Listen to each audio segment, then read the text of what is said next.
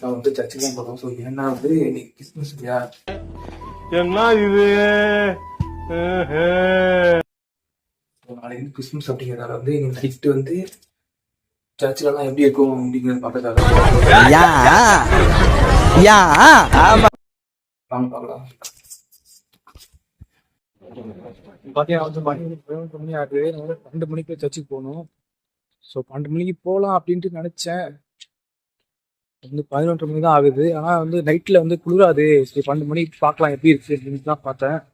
ஆனால் இப்போ பார்த்தா வெளில வரவே முடியல, வாயெல்லாம் உதறுது. சாதிக்க பிறந்தவன்டா இந்த சக்கரபாண்டி, உன்னை சோதிக்க பிறந்தவன்டா இந்த வெற்றிவேலு.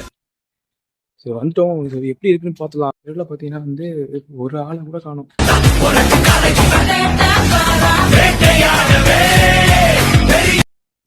பாருங்க ஃப்ரண்ட்ல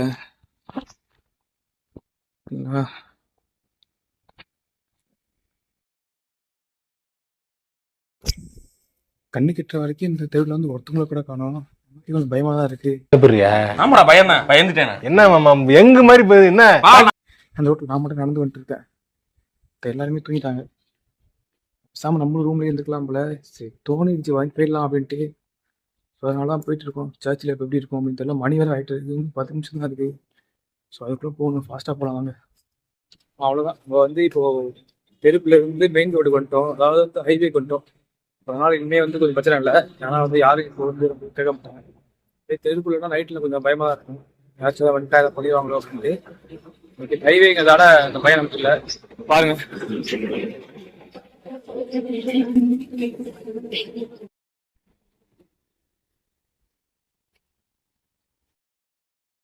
ஆனா தெருக்குள்ளதான் ஊருக்குள்ளதான் யாரும் இல்லை. ஹைவேலாச்சும் யாரும் இருப்பாங்கன்னு பார்த்தா ஹைவேல கூட ஒருத்தரோட காணுங்க.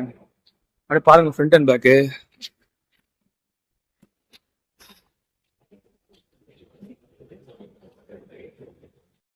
இப்போ வந்த வரி எதுன்னு பாத்தீங்கன்னா அதை வந்து இதுதான் நம்ம வந்த வரி.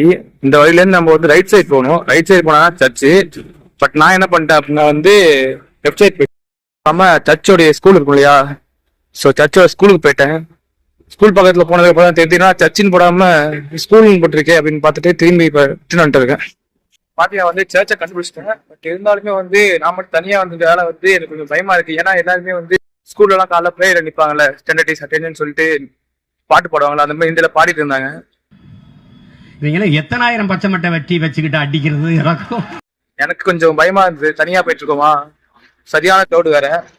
சரி ஏதாவது நினைச்சிருவாங்களோ அப்படின்ட்டு கொஞ்சம் பயமா இருக்கு. ஃப்ரெண்டு ஒருத்தவங்க விளாண்டுட்டு இருக்காங்க. ஸோ அதனால வெயிட் பண்ணிட்டு இருக்கோம். வந்ததுமே நம்ம உள்ள போய் பார்க்கலாம். பாதி நான் உள்ள போலான்ட்டு இருக்கேன். ஃப்ரெண்டு ஒருத்தவங்க வந்து வரேன்னு சொன்னாங்க. பட் அவங்க இன்னும் வரல. 12 மணி ஆகிறதுக்கு வந்து இன்னும் ஒரு 4 நிமிஷம் தான் இருக்கு. இப்போ மணி வந்து பாத்தீங்கன்னா 11:56. நம்ம வந்ததே வந்து கிறிஸ்மஸ் அன்னைக்கு நைட்டு 12 மணிக்கு சர்ச்சிலாம் எப்படி இருக்கும் அப்படிங்கறத எக்ஸ்பீரியன்ஸ் பண்றதுக்காக தான் வந்தோம். பட் அவங்க இன்னும் வரல. ஸோ ஏண்டா எங்களை இன்னமுமாடா நம்பிக்கிட்டு இருக்க? எங்க பேசிக்கிட்ட பார்த்தா. ஸோ அதனால நம்ம வந்து வெயிட் பண்ணாம உள்ள போய்க்கலாம்.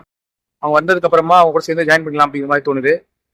ஸோ நம்ம உள்ள போகலாம். அடுத்த வந்ததும் அவங்க கூட பார்க்கலாம்.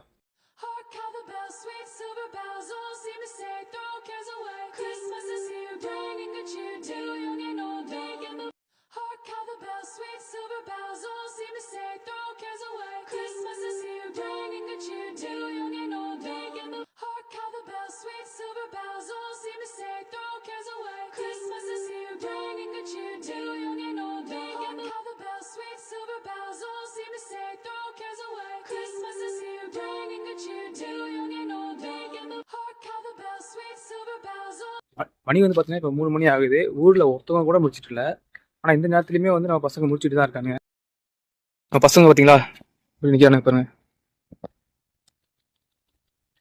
ஐயா இல்லைங்களா, மணி 3 ஆகுது. ஐயோ சாமி வேற இன்னமும் தூங்காம முடிச்சிட்டு இருக்கானுங்க. பாய். அவ்வளோதாங்க, சர்ச்சுக்கு போயிட்டு வந்தாச்சு. சர்ச்சில் போனதில் வந்து பார்த்தீங்கன்னா எப்போதும் கோயிலுக்கு போயிட்டு இருக்க நமக்கு வந்து ஸோ சர்ச்சுக்கு போகும்போது வந்து கொஞ்சம் டிஃப்ரெண்டாக இருந்துச்சு, நல்லா இருந்துச்சு. அதில் மட்டும் இல்லாமல் அங்கே வந்து சில வார்த்தைகள்லாம் புதுசாக கற்றுக்கிட்டேன். அதாவது வந்து பங்கு தந்தை சொன்னாங்க, பங்கு சபைன்னு சொன்னாங்க.